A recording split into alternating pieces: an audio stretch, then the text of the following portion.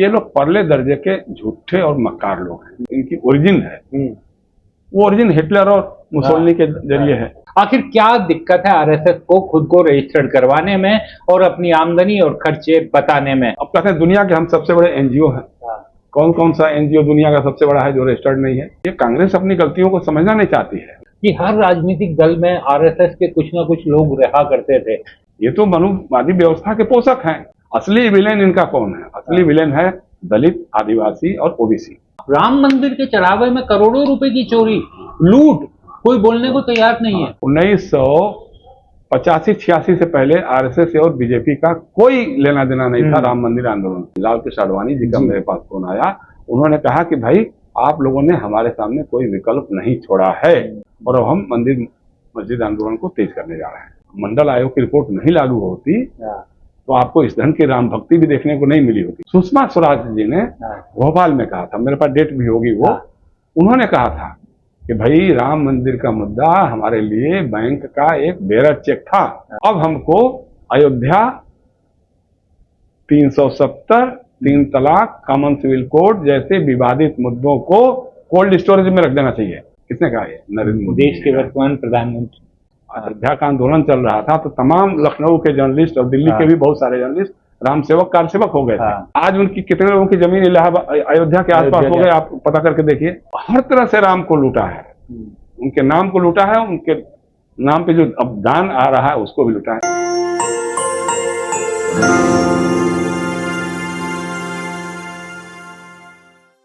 खुद को देश का सबसे बड़ा सांस्कृतिक संगठन कहने वाले आरएसएस को क्या रजिस्ट्रेशन करवाना चाहिए?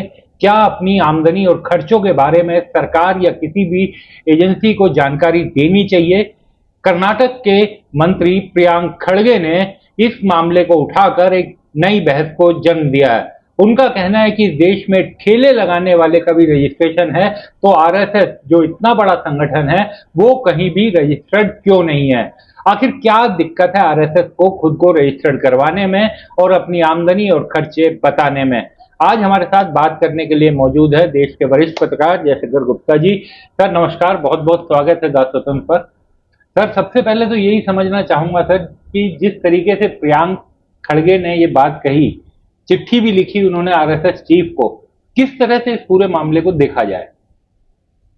नहीं, मेरे ख्याल से तो प्रियांक खड़गे बधाई के पात्र हैं। जो साहस किया उन्होंने, आज की तारीख को इसे दुस्साहस भी कह सकते हैं कि राष्ट्रीय स्वयंसेवक संघ जैसी संस्था जो आज 100 वर्ष में चल रही है और देश पर एक तरह से राजनीतिक वर्चस्व उसका कायम हो चुका है, उसका या उसके आनुषंगिक संगठनों का वर्चस्व कायम हो चुका है।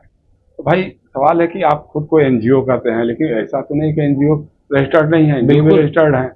अब वो एक बार जब इस पर बात हुई थी मोहन भागवत जी से, पहले तो एक बार बात हुई थी, अभी तो जो लेटेस्ट आया वो तो आपने देखा ही होगा, लेकिन पहले जब आई थी तो उन्होंने कहा था कि साहब वो आरएसएस जब बना था तो उस समय रजिस्ट्रेशन नहीं होता था, संस्थाओं का रजिस्ट्रेशन नहीं होता था। ये लोग परले दर्जे के झूठे और मक्कार लोग हैं। उस समय ही आपको बता रहा हूं मैं, आरएसएस बना है 1925 में और 1860 में रामकृष्ण मिशन का रजिस्ट्रेशन हुआ था। अच्छा, 1860 में? हाँ। उसके बाद भी बहुत सारी संस्थाओं के रजिस्ट्रेशन हुए, यानी उनके बनने से करीब 65 साल पहले। हाँ। तो आप झूठ बोल रहे हैं कि साहब उस समय चूंकि अंग्रेजों का जमाना था और रजिस्ट्रेशन करना अनिवार्य नहीं होता था तो इसलिए हम लोगों ने नहीं कराया। ठीक किया, लेकिन जब देश आजाद हो गया, जब रजिस्ट्रेशन शुरू हो गया, तब आपने क्यों नहीं कराया? तब तो आपको करा लेना चाहिए था। तो कहा किसी ने कहा नहीं। अरे किसी ने कहा नहीं का मतलब क्या होता है? आप खुद सोचिए ना, आपको खुद रजिस्ट्रेशन कराना चाहिए भाई। अब बहुत सारी बातें हैं क्योंकि अब ये कहते हैं कि साहब, एक बार कहा उन्होंने कि साहब वो नहीं, लेकिन हमारे पास हिसाब किताब का तो हम लोग रखते हैं अपना ब्यौरा, जब कोई मांगेगा तो दे देंगे। ये कोई बात हुई क्या? आप खुद बताइए ना कि आपकी गुरुदक्षिणाओं में कितना पैसा आता है। आप 150 करोड़ रुपए का झंडे वालान में जो आपने अपना बिल्डिंग खड़ी की है उसका क्या है? केशव कुंज जिसको आप नाम देते हैं, या उसी तरह से आज देखिए 2 पैरेलल काम हो रहे हैं।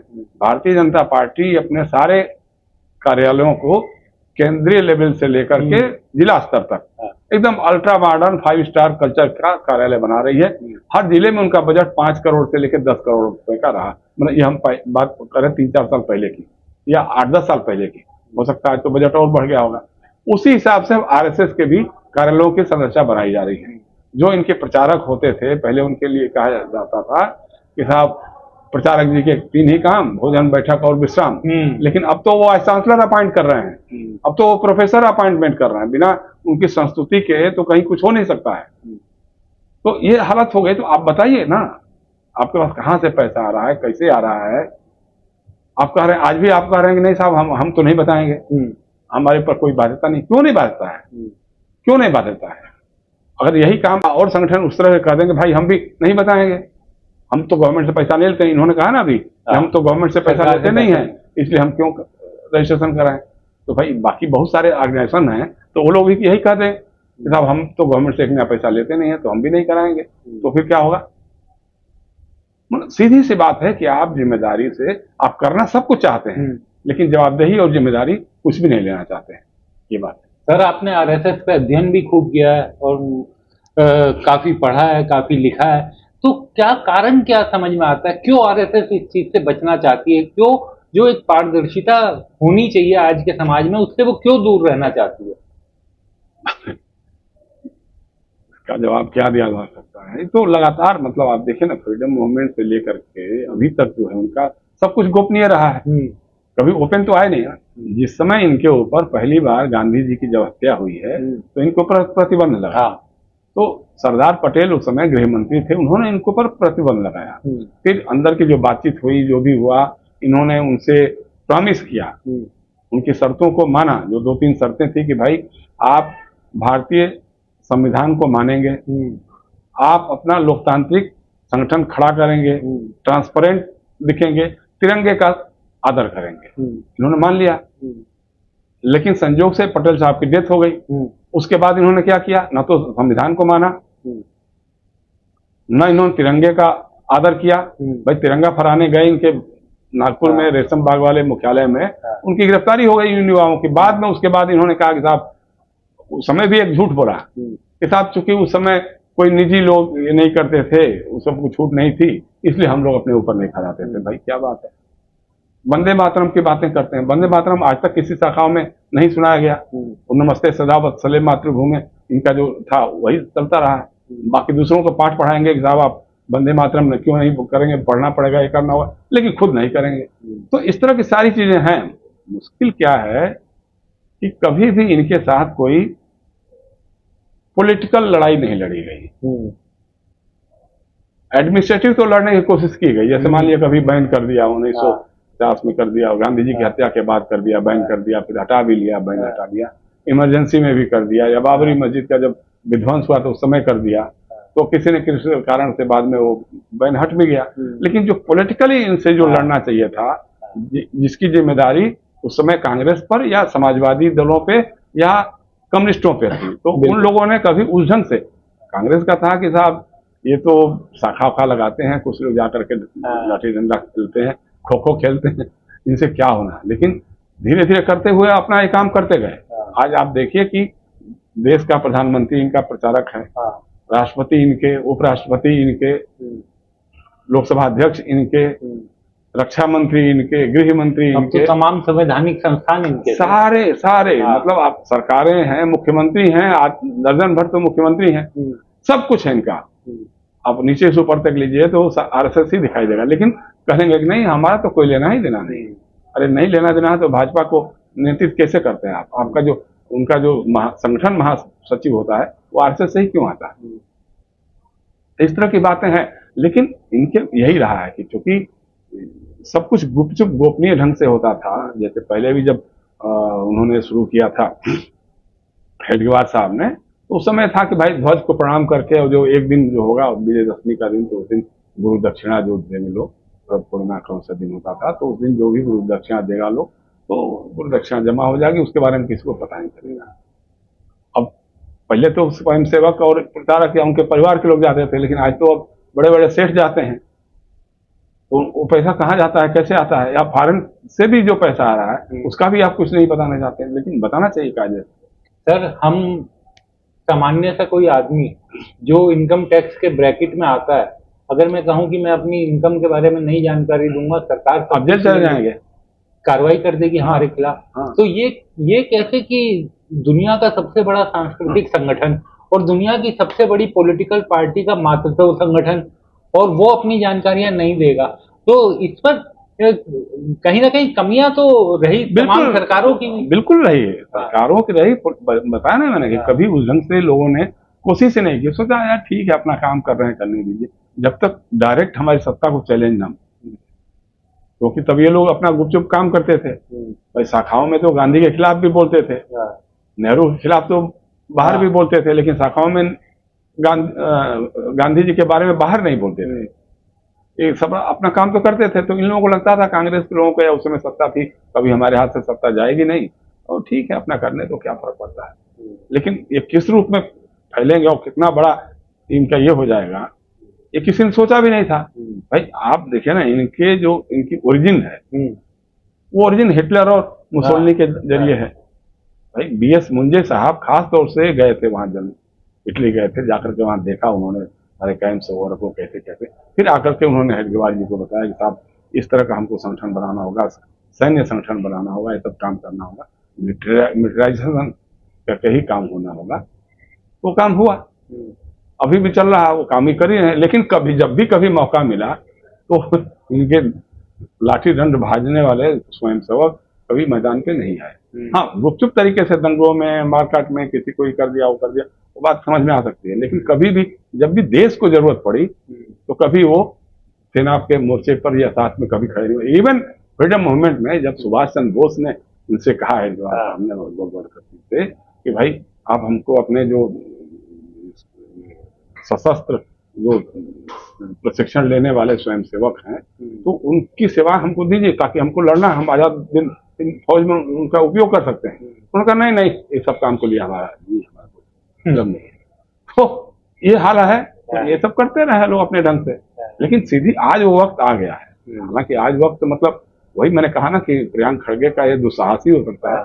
कर्नाटक में उनकी सरकार है, या केरल में, या तेलंगाना में, या एक आध जगह और हो सकती है होगी, लेकिन जब उनकी केंद्र में सरकार थी तब उन्होंने क्यों नहीं कहा? तब कायदे से तो दिग्विजय सिंह कभी कभार ये सब बातें बोलते थे लोग, बोलते थे कुछ लोग, लेकिन उससे बात नहीं बनती है ना। जैसा पॉलिटिकल लीडरशिप को बोलना चाहिए, एडमिनिस्ट्रेटिव लीडरशिप जो है उसको बोलना चाहिए था, उससे बात करना चाहिए था कि भाई हाँ बताना पड़ेगा आपको। आप कहते हैं दुनिया के हम सबसे बड़े एनजीओ हैं, कौन कौन सा एनजीओ दुनिया का सबसे बड़ा है जो रजिस्टर्ड नहीं है? आप बताइए, ऐसा संभव हो सकता है क्या? फंडिंग नहीं मिलती है गवर्नमेंट से, फंडिंग सारी गवर्नमेंट की फंडिंग तो आपके नाम पे जा रही है, आपके मतलब आरएसएस के नाम पे नहीं जा रही है। लेकिन आरएसएस के जितने आनुषंगिक संगठन हैं सबके लिए मिल रहा है। सरस्वती शिशु मंदिरों को कितना पैसा मिल रहा है, संस्कार भारती से लेकर क्या क्या जितने आपके संगठन हैं उनको कहाँ कहाँ से पैसे मिल रहे हैं? सर एक चीज बताइए कि जो कहा जाता था कि कांग्रेस या कोई भी राजनीतिक दल रहे जो आजादी के बाद से जैसे शासन चलता रहा, कि हर राजनीतिक दल में आरएसएस के कुछ ना कुछ लोग रहा करते थे, तो क्या कुछ इस कारण भी कमजोरी रही कि इस संगठन के खिलाफ उस मजबूती से या उस ताकत के साथ तमाम सरकारों ने कभी कार्रवाई नहीं की? देखिए सर उदाहरण देता हूँ, नरसिम्हा राव के बारे में कहा जाता था कि तो इस तरीके की क्या, क्योंकि इसको लेकर जो सहानुभूति रही सर, जो आपने कहा कि राजनीतिक लड़ाई नहीं लड़ी गई, पॉलिटिकली आइडियोलॉजिकली हमको नहीं लगता है कि वो लोग इनके साथ जुड़े होंगे। लेकिन सरकार को चलाना है कैसे, सामंजस्य बिठा करके कुछ अपना एक, देखिए असल में दिक्कत क्या है, इसको लंबी बहस हो जाएगी, उसमें हम नहीं जाना चाहते हैं कि कांग्रेस लगातार विरोधाभासों का सामना करती रही है। हिंदुत्व के सवाल पे, सेकुलरिज्म के सवाल पे, सोशल जस्टिस के सवाल पे। भाई कांग्रेस ने ही बाबरी मस्जिद का ताला खुलवाया, बिल्कुल शिलान्यास उन्होंने ही करवाया। वहां से ही 89 में राजीव गांधी जी ने कहा था कि हम अपना चुनाव अभियान का श्री गणेश अयोध्या से करेंगे। बाद में फिर जब हिंदू नाराज होने, मुस्लिम नाराज होने लगे तो फिर वो साहबानों का प्रकरण कर दिया। फिर साहबानों को लेकर के फिर हुआ, तो उसके बाद फिर मंडल आयोग की रिपोर्ट आई। जब मंडल की रिपोर्ट आई तो मतलब ये कांग्रेस अपनी गलतियों को समझना नहीं चाहती है।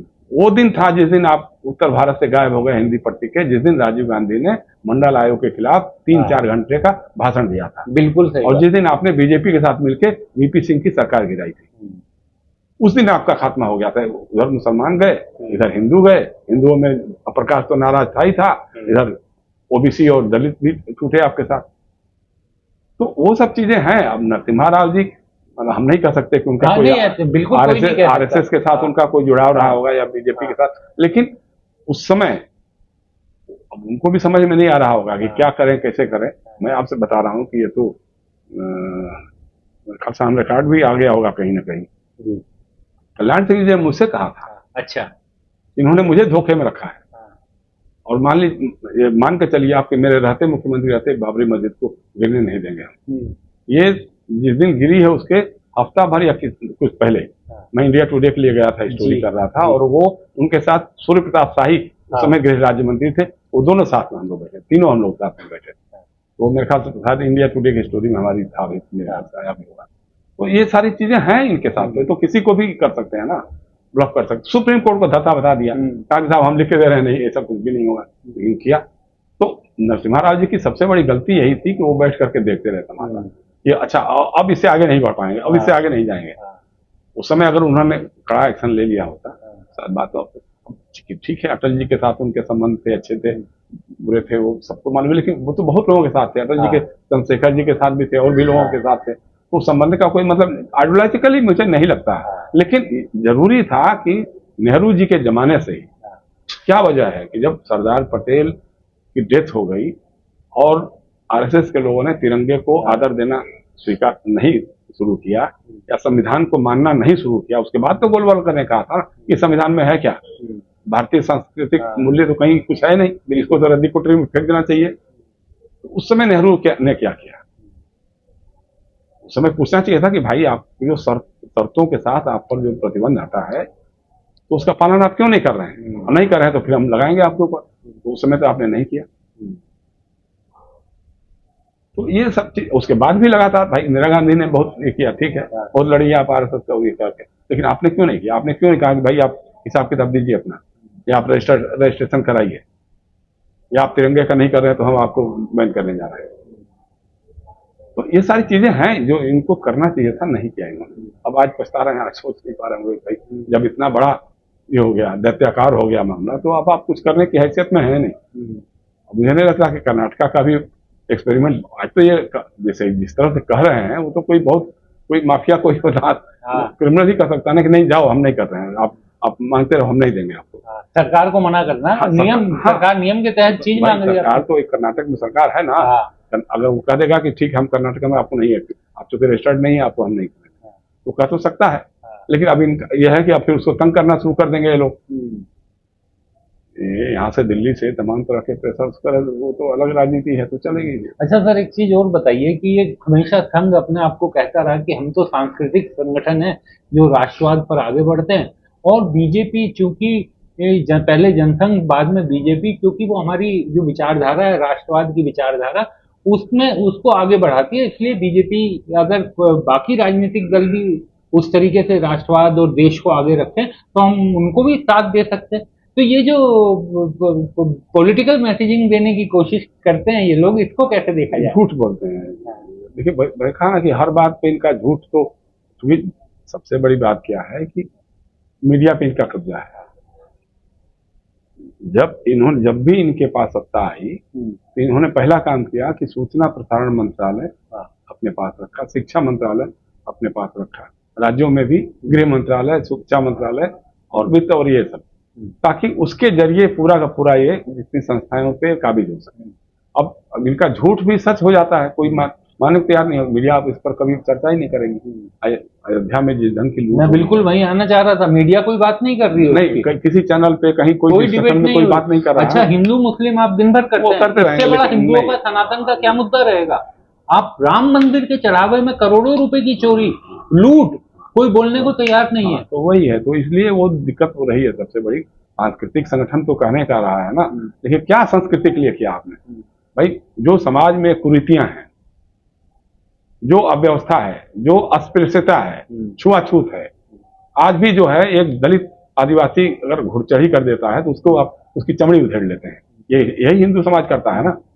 अखिलेश यादव मुख्यमंत्री थे ना। बिल्कुल। जिस दिन मुख्यमंत्री आवास खाली किया उसको धुलवाया आपने। क्यों धुलवाया? वो हिंदू नहीं थे।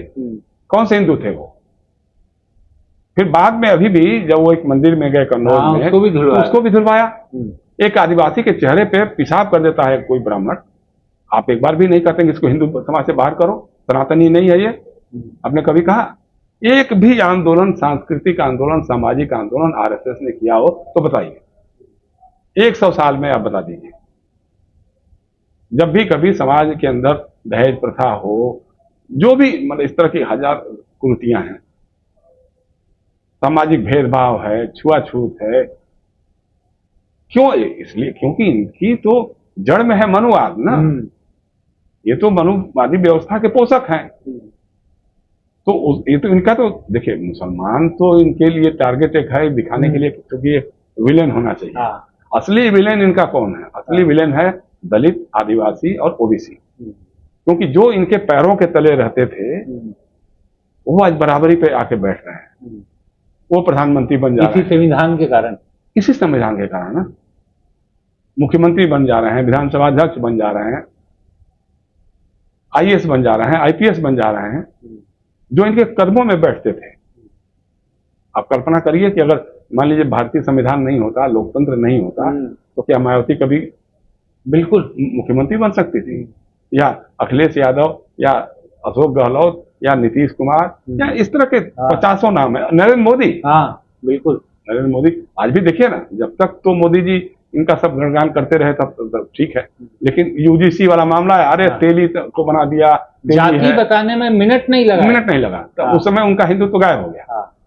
तो ये इनके मन में वही है, ये मनवादी व्यवस्था को कैसे, पेशवाई को कायम किया जाए। क्योंकि ये देखिए ना, जिस समय इनका संगठन बना है, आरएसएस का जिस दिन गठन हुआ है हेडगेवार साहब के नेतृत्व में, उसमें 4 या 5 या 6 लोग रहे होंगे, उसमें से 4 या 5 तो चित्पावन ब्राह्मण थे। तो चित्पावन ब्राह्मणों को संगठन उन लोगों ने मिलकर के तय किया कि कैसे कैसे क्या करना है। सावरकर इनके गुरु। कौन सा राष्ट्रवाद है भाई? हिंदू महासभा ने मुस्लिम लीग के साथ मिलकर सरकार बनाई बंगाल में, नॉर्दर्न फ्रंटियर्स में बनाई सरकार। अब इनके जो तथाकथित बौद्धिक या बुद्धिजीवी जो भी है, इनके पास तो कोई विचार है नहीं, तो इसलिए मैं मानता ही नहीं कि इनके पास कोई विचार नहीं होगा। लेकिन वो लोग कहते हैं अरे नहीं साहब, आपको मालूम नहीं है, वो फजलुल हक जो थे वो उनकी अलग एक पार्टी थी। हमने कहा भाई मेरे, आप जरा पढ़ो ना, लाहौर अधिवेशन में अलग पाकिस्तान बनाने का प्रस्ताव किसने बनाया था? वो मौलाना फजलुल हक थे। उसके बाद भी आपके श्यामा प्रसाद मुखर्जी जी उसकी सरकार में मंत्री थे। उन्होंने लिख के दिया था अंग्रेजों को ना कि जो मूवमेंट होने जा रहा है 42 वाला, ये अगस्त वाला, इसको कुचल देना चाहिए क्योंकि ये बड़ा घातक हो सकता है। ये उन्होंने सुझाव दिया था ना। तो कौन सा राष्ट्रवाद है भाई? तो न तो सांस्कृतिक राष्ट्रवाद से लेना देना है, ना सामाजिक राष्ट्रवाद से लेना देना है। सिर्फ लेना यह है कि हमको अपने पुराना जो मनवादी ढांचा है उसको कैसे कायम करा जाए। आपको याद होगा ना 1925 में जब आरएसएस बना है, कब बना है? जब गांधी जी कांग्रेस की मेन स्ट्रीम को लीड करने आते हैं और वो कहते हैं कि नहीं, इसमें सभी वर्गों के लोगों का समावेश होना चाहिए, दलितों का भी, ओबीसी का भी, मुस्लिम का भी, सारे लोगों का होना चाहिए। इनको लगा कि अरे जो पहले राजाओं महाराजाओं की पार्टी होती थी कांग्रेस, बाबा जी लोगों की पार्टी होती थी कांग्रेस, उसमें ये लोग आएंगे, मलेच्छ लोग आके बैठेंगे। उसके बाद तरह से इनकी पार्टी बनती है, आरएसएस बना है। उसी के समय मुस्लिम लीग बना, जो उनके नवाब लोग थे वो उधर गए, इनके इधर गए, राजे मजवाजा और बाबा लोग। तो इनकी तो ओरिजिन उसी ढंग की है ना, तो उस आधार पर काम कर रहे हैं अपने ढंग से। लेकिन सर, जो आपने अभी हमने चर्चा की राम मंदिर वाले चंदे की, उसके चढ़ावे की, और मीडिया की, हमने कहा कि मीडिया ने उस तरीके से नहीं उठाया, खासतौर पर मेन स्ट्रीम मीडिया ने और टीवी मीडिया ने, अखबार कुछ छाप रहे हैं खबरें, लेकिन आरएसएस या उसके किसी अनुवांशिक संगठन या अभी तक भाजपा की तरफ से भी कोई आधिकारिक बात तो सामने आई नहीं है। जबकि राम मंदिर तो उनका अपना आज मुद्दा। कोई वो खबर हमेशा आई कि कहते शायद हैं कि पीएमओ ने कुछ दखल दिया है, सर मीटिंग बुलाई है। लगातार वो तो खबरें आ रही हैं कि पीएमओ बहुत नाराज है। पीएमओ काहे का नाराज है? काहे का नाराज है? नृपेंद्र मिश्रा को नाराज बर्खास्त हो करो तो ना। एफआईआर अभी तक नहीं हुई है। हाँ, कोई हाँ। कोई अगर अपराध हुआ है तो एफआईआर का मतलब तो फर्स्ट इंफॉर्मेशन रिपोर्ट, उसके बाद ही जांच शुरू होगी। देखिए, राम के नाम पे ये राजनीतिक लोग तो पहले से करते रहे हैं, आपको मालूम है ना। 1985-86 से पहले आरएसएस और बीजेपी का कोई लेना देना नहीं था राम मंदिर आंदोलन से। जनसंघ का भी कोई लेना देना नहीं था। कभी भी इनका कोई एक आप डॉक्यूमेंटेड दिखा दीजिए। वो जब इलाहाबाद हाईकोर्ट के फैसले पर राजीव गांधी ने जब खुलवाया, उसके बाद इनको लगा कि अरे ये तो पॉलिटिकल माइलेज ले जाएगा लगता है, और ये चूंकि 84 में 2 सीटों पर सिमट गए थे, इनको लगा कि ये मामला क्लिक कर सकता है, तब जाकर के उसके अंदर घुसे हैं। और भी तब जब राजीव गांधी ने कह दिया कि हम अयोध्या से अपना चुनाव अभियान शुरू करेंगे, तब इन्होंने अपना हिमाचल प्रदेश के पालनपुर में नेशनल एग्जीक्यूटिव किया भारतीय जनता पार्टी, तब इन्होंने कहा कि हम ये करेंगे। और दूसरी चीज बताऊं मैं, मेरे पास तो पड़ा होगा, आप कभी सुनिएगा, सुना देंगे। जॉर्ज फर्नांडिस का भाषण है। जॉर्ज फर्नांडिस जो है हिंद किसान मजदूर पंचायत के सम्मेलन में भाषण कर रहे हैं, कहा कि जिस दिन मंडल आयोग की रिपोर्ट लागू होने का फैसला हुआ, उसके 48 घंटे के भीतर लाल कृष्ण आडवाणी का मेरे पास फोन आया, और किसी का नहीं, लाल कृष्ण आडवाणी जी का मेरे पास फोन आया। उन्होंने कहा कि भाई आप लोगों ने हमारे सामने कोई विकल्प नहीं छोड़ा है, अब हमको हिंदुत्व की ओर लौटने का ही रास्ता दिखाई दे रहा है, और अब हम मंदिर मस्जिद आंदोलन को तेज करने जा रहे हैं। तो जॉर्ज बल्कि कहते हैं कि अगर मंडल आयोग की रिपोर्ट नहीं लागू होती तो आपको इस ढंग की राम भक्ति भी देखने को नहीं मिली होती। हालांकि ठीक है, जॉर्ज फर्नांडिस बाद में खुद उनके साथ चले गए, वो एक अलग बात है। तो इसलिए इनका कोई कमिटमेंट नहीं रहा कभी भी राम मंदिर के मामले में। मेरे साथ इंटरव्यू में कुशाभाऊ ठाकरे जी, जो आरएसएस के बड़े नेता थे, भारतीय जनता पार्टी के राष्ट्रीय अध्यक्ष थे, हिंदुस्तान अखबार के लिए मुझसे जो बात कर रहे थे, उसमें उन्होंने कहा, हमने पूछा कि क्या ये इस बार भी चुनाव में अयोध्या का राम मंदिर का मुद्दा बनेगा? तो उन्होंने कहा कि भाई देखो, नदी पार करने के लिए नाव की जरूरत पड़ती है, लेकिन क्या जरूरी है कि नदी पार करने के बाद नाव को कंधे पे लेकर चलें? हमने कहा इसका मतलब कि आपके लिए राम मंदिर का मुद्दा जो है नदी पार करने वाली नाव थी, एक नाव थी। इसके पहले सुषमा स्वराज जी ने भोपाल में कहा था, मेरे पास डेट भी होगी वो, उन्होंने कहा था कि भाई राम मंदिर का मुद्दा हमारे लिए बैंक का एक बेरर चेक था। बेरर चेक एक बार भुना लिया जाता है तो दोबारा नहीं भुनता है, ये उन्होंने कहा। और सुनिए, हमारे महामानव प्रधानमंत्री नरेंद्र मोदी 1999 के दिसंबर के अंतिम हफ्ते में चेन्नई में भारतीय जनता पार्टी की राष्ट्रीय परिषद हो रही थी, मैं उसमें था जी। उस समय जो हमारा प्लेन हाईजैक हो गया था ना वहाँ नेपाल से, काठमांडू से, तो उस समय वो हो रहा था। तो आडवाणी जी को चेन्नई घोषणा पत्र पढ़ना था, जो 10 साल का ही बनाते हैं ना कि हमारा 10 साल का घोषणा पत्र होगा। तो आडवाणी जी चूंकि यहाँ रह गए थे, बातचीत के लिए यहाँ दिल्ली में थे, तो वो घोषणा पत्र संगठन महासचिव के रूप में श्री नरेंद्र मोदी जी ने, ठीक है, मोदी जी ने पढ़ा उसको। अब उसके बारे में बाद में हम बता देंगे, लेकिन उन्होंने फिर हमने उसको समझ लिया था, तो हमने कहा जी बिल्कुल समझा है। तो कहा क्या? ठीक है, कल अखबार हिंदुस्तान पढ़ लीजिए। तो नहीं, फिर भी तो हमने दिखाया अपना नोटबुक। मेरे साथ एक खासियत रही है कि जब भी कभी होता है तो मैं लिखते जाता हूँ बहुत तेजी से। आडवाणी जी के साथ भी मैं देश भर का दौरा करता था, लेकिन मैं सारी बातें उनका नोट कर लेता था, लिखता अपने हिसाब से था, मैं एनालिसिस करता था तो अपने बात, लेकिन जो कहते थे उसको मैं कभी एक शब्द भी इधर उधर नहीं करता था। तो खैर वो मेरी ये थी खासियत थी। तो उसमें इन्होंने कहा अब भाजपा के नेताओं के एक हाथ में पार्टी का झंडा और दूसरे हाथ में एनडीए का एजेंडा होना चाहिए। अच्छा, अब हमको अयोध्या, 370, 3 तलाक, कॉमन सिविल कोड जैसे विवादित मुद्दों को कोल्ड स्टोरेज में रख देना चाहिए। अच्छा। किसने कहा? किसने कहा? ये नरेंद्र मोदी, देश के वर्तमान प्रधानमंत्री। मैंने कहा कहीं ये फिर पलट न जाए, क्योंकि बाकी लोगों की समझ में नहीं आई थी बात। ये बात सही उन्होंने कही थी कि आप ही समझते होंगे, वो मेरी स्टोरी की हेडलाइन यही छपी थी। फिर मैंने कहा कि कहीं नहीं होगा, तो मैं गया इनके पास। हाँ। मैंने कहा मोदी जी एक इंटरव्यू हो सकता है क्या? हाँ। तो बोला हाँ आपको इंटरव्यू हम देंगे। तो हमने कहा कि इसमें जो आपको लगेगा निकाल भी लीजिएगा जी। मीटिंग में। तो मैंने कहा कि हाँ, उन्होंने कहा कि हाँ आपको देंगे, तो लेकिन हमारी 2-3 शर्तें हैं। मैंने कहा हाँ बताइए। तो कहा कि एक तो इंटरव्यू क्वेश्चन आंसर फॉर्म में होगा। हमका डन, हाँ। जो मैं कहूंगा वही छपेगा। हाँ। हमका 100% डन, हाँ। और छपने से पहले हमको आप दिखा दीजिएगा। हाँ। हमने कहा मोदी जी ये तो अपने पिताजी को भी मैं कभी नहीं हाँ। दिखाया कि मैं क्या लिखता हूँ। दूसरी बात यह है कि जब मैंने तय आपको आश्वस्त कर दिया है कि जो आप कहेंगे वही हाँ। छपेगा, और क्वेश्चन आंसर फॉर्म में छपेगा, तो फिर उसकी कोई जरूरत है नहीं मेरे ख्याल से। अच्छा ठीक है, चलिए आप पर भरोसा है। तो उन्होंने फिर इंटरव्यू दिया, तो उसमें भी मैंने वही सवाल किया। हाँ। उसमें भी उन्होंने वही जवाब दिया। अच्छा। वही जवाब दिया। हाँ। और वो हिंदुस्तान के बड़ा सा इंटरव्यू छपा मेरा, उसमें दर्ज है। तो 3 लोगों का बता दिया मैंने आपका, हाँ। इनका कितना कमिटमेंट है राम के साथ। दूसरा जो है, वहां के जो बाबा लोग हैं, जो सो कॉल्ड धर्म के ठेकेदार हैं लोग, इनके ऊपर मैंने कवर स्टोरी लिखी थी इंडिया टुडे में। जी। मुंह में राम बगल में छुरी, कितने बड़े क्रिमिनल हैं वो लोग, कितने बड़े चोर हैं, डकैत हैं वो लोग, कितने बड़े बलात्कारी हैं, व्यभिचारी हैं वो लोग, इसका पूरा का पूरा खुलासा हमारी इंडिया टुडे की रिपोर्ट में हुआ था। उस समय इंडिया टुडे में हंगामा जैसे बचने की हालत हो गई थी। अरुण पुरी ने कहा कि भाई ये तो बड़ा दंगा उंगा हो जाएगा। हमने कहा कायर लोग, ये कुछ भी नहीं करेंगे, मेरे तरफ से आप आश्वस्त रहिए, मेरा कुछ नहीं कर सकते। आप बस चेक करा लीजिए लीगल पॉइंट में कहीं गड़बड़ ना होने पाए, और मेरे पास सारे फैक्ट्स हैं। तो वो स्टोरी छपी थी। तो वही लोग हैं आज, बल्कि वो तो जो हैं तो थे ही, अब उनके ऊपर जो ये भाई लोग पहुंच गए हैं, जमीन को लेकर के जितना घोटाला हुआ है। आप कह रहे हैं कि मीडिया के लोग बोल नहीं रहे हैं। मीडिया के लोग तो उस समय ऐसे ही कार सेवक हो गए थे।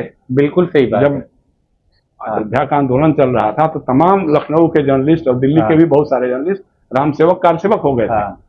आज उनकी कितने लोगों की जमीन इलाहाबाद अयोध्या के आसपास हो गए, आप पता करके देखिए। ब्यूरोक्रेट्स की तो है ही, ब्यूरोक्रेट्स ने लिया, नेताओं ने लिया, पत्रकारों ने बहुत ज्यादा जमीन ली। अगल बगल में आपके क्षेत्र में आप पता करके देखिए, उसमें गुजराती बिजनेसमैन का देख लीजिए कितने लोगों का है। तो हर तरह से राम को लूटा है, उनके नाम को लूटा है, उनके नाम पे जो अब दान आ रहा है उसको भी लूटा है। हर जगह लूटते हैं। तिरुपति में भी बात आई थी, लेकिन चूंकि इसको ढक पोत देते हैं लोग। इस बार मतलब जो हो रहा है कमाल है ना। चंपावत राय जी का क्या लेना देना, खुली आंखों से जो दिख रहा है वो भी दिख रहा है, मतलब वीडियो में है, आ रहा है, साफ दिखाई दे रहा है कि हाँ वो पैसा निकाल गड्डी जो डाल रहा है। सोने चांदी और हीरे के जो जवाहरात थे, वो लोग भाई आस्था में लोग क्या नहीं कर जाते हैं कि भाई रामलला हम ये दे रहे हैं, गणेश बाबा आपके लिए हम ये दे रहे हैं, साईं बाबा आपके लिए हम ये दे रहे हैं, दुर्गा जी हम आपके, ये सब करते हैं। चूंकि अंधास्था हमारे यहाँ तो बहुत विकराल है ना। आप समझाते रहिएगा कि आपके घर की आपकी पत्नी और माँ जो है जाके चढ़ावा कर देगी। बिल्कुल सही बात। तो उस विश्वास को तोड़ा आपने, उस अंध आस्था को तोड़ा है आपने, उस दान को तोड़ा है। जो राम के नाम पे जो चढ़ावा हो रहा है उसको आपने तोड़ा है, उसको आपने लूटा है। अब लोगों में जो मैसेज जाएगा उसका क्या होगा भाई? वहीं पे आप देखिए ना, मतलब उस समय जो हुआ था, लाल दास एक करके पुजारी हुआ करते थे, उनकी हत्या हो गई। वो चूंकि खुल करके बोलते थे, हम लोग को बहुत सारी बातें वो बोलते पता है, उनकी हत्या नहीं करवा। उसके पहले भी कितनी हत्याएं, कितने केसेज हुए। तो ये सब है, इनका चरित्र में है वो। लेकिन सीधी सी बात है कि भाई अब नृपेंद्र मिश्रा जी तो उस समय मुलायम सिंह जी के सरकार में थे, गोली चलवाने वाले उन्हीं के आदेश से हुआ। अब वो कहते रहे कि भाई वो तो पॉलिटिकल डिसीजन था। तो भाई अगर आप इतने ही बड़े राम भक्त थे तो आप कहते कि मान्यवर आप चलवा लीजिए, मैं तो नहीं जा रहा। अधिकारी के ऊपर गलत पॉलिटिकल डिसीजन को मानने की क्या बाध्यता है सर? अगर आप वही कह रहा हूं, नहीं आप कह देते हैं ना कि मैं हट रहा हूँ, इस पद से हट रहा हूँ, आप किसी और से करवा लीजिए। तो आपने तो उस समय नहीं किया, और आज सबसे बड़े ठेकेदार आप बने हुए हैं। एक अंतिम सवाल सर, ये तो बड़ी विचारधारा वाली पार्टी, संगठन से निकली हुई पार्टी है। वैसे तो तमाम चीजें देश देख ही चुका है, लेकिन जो अब पश्चिम बंगाल में देखने को मिला है, अभी तक सर व्यापारी लोग कंपनी बनाते थे और शेल कंपनियों में के जरिए अपना काम छिपाते थे उल्टे सीधे। तो क्या अब पॉलिटिक्स में शेल पॉलिटिकल पार्टीज भी बननी शुरू हो गई है कि जिस पार्टी को 2 सीटों पर लड़कर 822 वोट मिले हों, आज उसके पास 20 सांसद हैं। एनडीए की सबसे बड़ी साझेदार बन गई है। तो ये कैसी विचारधारा? नहीं, पॉलिटिकल पार्टीज का पहले भी इस्तेमाल होता रहा है। पहले भी इस तरह की जो नॉन एग्जिस्टेंट पॉलिटिकल पार्टीज है ना, जो रजिस्टर्ड करवा लेते हैं लोग अपना नाम किसी नाम से, तो उनके नाम पे चंदे का खेल, चंदे का खेल तो ब्लैक एंड व्हाइट का जो खेल होता है वो उसके नाम पर भी ये लोग करते रहते हैं। ये लोग तो बहुत दूरदर्शी है ना, ये लोग बहुत दूरदर्शी हैं कि कब किससे काम पड़ जाए ना जाने, किस देश में बाबा मिल जाए। तो इसलिए लोग उस हिसाब से सोच समझ करके अपना रखते हैं। लेकिन आप बताइए, हास्यास्पद है, बंगाल में जो पार्टी रजिस्टर्ड होती है, मियाँ बीबी की पार्टी है, ये कोई तीसरा एक आदमी शांतनु डे या क्या जनरल सेक्रेटरी उसका नाम आ रहा है, और चुनाव लड़ती है जाकर के त्रिपुरा में, बंगाल में चुनाव नहीं लड़ती है 2 सीटों पर, और कुल मिला के 832 वोट, 822 वोट मिलते हैं उसको। तो अब उसमें ये लोग मर्ज कर रहे हैं। अच्छा देखिए, ये भी मीडिया का मतलब क्या कहा जाए, अब तो चाणक्य नीति बताया जाता है। नहीं, चाणक्य नीति नहीं विक्रांत, मुझे कई बार शर्म होती है कहने में कि मैं पत्रकार, जब मुझसे लोग पत्र आते हैं। अब सोचिए कि लगातार पिछले 10 दिनों से टीएमसी टूट गई, 19 एमपी गायब, 20 एमपी छोड़ गए, ये हो गए। उस दिन जो भूपेंद्र यादव के यहाँ मिले थे लोग, 7-8 लोग गए और 10 लोग गए होंगे, लोकसभा अध्यक्ष के पास पूरी गिनती होकर के 17 लोग थे। 20 कहां से हो गए, कहां से आ गए आपके पास आकर? कभी आपने पूछा किसी से, स्पीकर से पूछा कि भाई साहब, अच्छा आप कैसे क्यों मिल रहे हैं? जब साफ साफ है, संविधान में साफ साफ लिखा हुआ है ना कि भाई फ्लोर पे होगा, जो होगा फ्लोर पे आकर के वो लोग आपको लिख के देंगे, आप उनके लिए अगर समझ में आएगा तो आप उनको अलग से करिएगा, लेकिन अलग से आप कर नहीं सकते, या उनको तो मर्ज करना होगा। तो कायदे की बात है तो उनको भारतीय जनता पार्टी में मर्ज करना चाहिए था। बिल्कुल भाई, जब आप एनडीए का साथ देने को तैयार हैं, लेकिन भाजपा कैसे लेगी आपको? उसमें 3 मुसलमान हैं। बिल्कुल, और कोई सांसद नहीं है अभी बीजेपी। टिकट नहीं दिया किसी को, टिकट नहीं दिया। उत्तर प्रदेश की विधानसभा में एक टिकट नहीं दिया, लोकसभा में के चुनाव में खुद में मर्ज ना करने का सबसे बड़ा कारण ये भी एक बड़ा कारण है। ये भी एक बड़ा कारण है कि भाई उन लोगों को अपने में नहीं शामिल करेंगे साहब। लेकिन हम ये लोग आ सकते हैं, इनको अब बुला लीजिए, ठीक है इस पार्टी में मर्ज करा दीजिए, कैसे हो सकता है? जिस पार्टी में कोई विधायक नहीं, लेकिन अब जब 2 विधायकों की पार्टी पंजाब में 8 राज्यसभा 6 सांसद हैं, अब 6 राज्यसभा के सांसद हो सकते हैं, कैसे चुनेंगे आप बताइए? तो ये लोग तो कुछ भी कर सकते हैं ना, परम स्वतंत्र त्रिप्रकोप, इनके ऊपर लोकतंत्र की कोई मर्यादा नहीं है। आप बताइए, इससे बड़ी हास्यास्पद बात हो सकती है कि मोदी जी 2019 से आज तक 26 तक 7 साल हो गया, लोकसभा में उपाध्यक्ष नहीं है। संविधान क्या कहता है? संविधान में साफ साफ लिखा है कि एक स्पीकर होगा, एक डिप्टी स्पीकर होगा। स्पीकर नहीं रहेगा तो डिप्टी स्पीकर उसका फंक्शन करेगा। लेकिन नहीं बनाया तो नहीं बनाया, नहीं बनाना नहीं, चुनाव होता है उसमें, किया ही नहीं, चुनाव ही नहीं किया। नहीं, अब संविधान का इससे बड़ा गर्दन मोड़ना और क्या हो सकता है भाई? प्रेस काउंसिल ऑफ इंडिया, जिसका मैं सदस्य रहा हूं 2 बार, इनके ना चाहते हुए भी, आज तक मतलब क्या उसको बोलना है, उसका ठोस रचनात्मक नहीं हो पाया। हम लोग का कार्यकाल खत्म हुआ था अक्टूबर में, 1.5 साल 2.25 साल हो गए। 6 महीने 7 महीने बाद तो उन्होंने अध्यक्ष का अपॉइंटमेंट किया, फिर धीरे धीरे कुछ लोगों का अपॉइंटमेंट हुआ। आज तक कोई बैठक नहीं हुई। केसेज का हजारों लाखों की संख्या में केसेज पड़े हुए हैं, कोई सुनवाई नहीं है। तो इसलिए इमरजेंसी में इंदिरा गांधी ने प्रेस काउंसिल को भंग कर दिया था, इन्होंने उसको निष्क्रिय कर दिया। सर, इमरजेंसी सही थी गलत थी उस पर चर्चा अलग चीज है, वो उस पर, लेकिन वो खुल के हुआ था। नहीं, वो संवैधानिक ढंग से हुआ, अघोषित तो नहीं हुआ था कुछ। तो ये सारी चीजें हैं। सर, बहुत बहुत शुक्रिया। और आज मुझे लगता है हमारे दर्शकों को भी इस एपिसोड में बहुत चीजें सुनने को मिलेगी, तो बहुत बहुत शुक्रिया आपका इस बातचीत के लिए।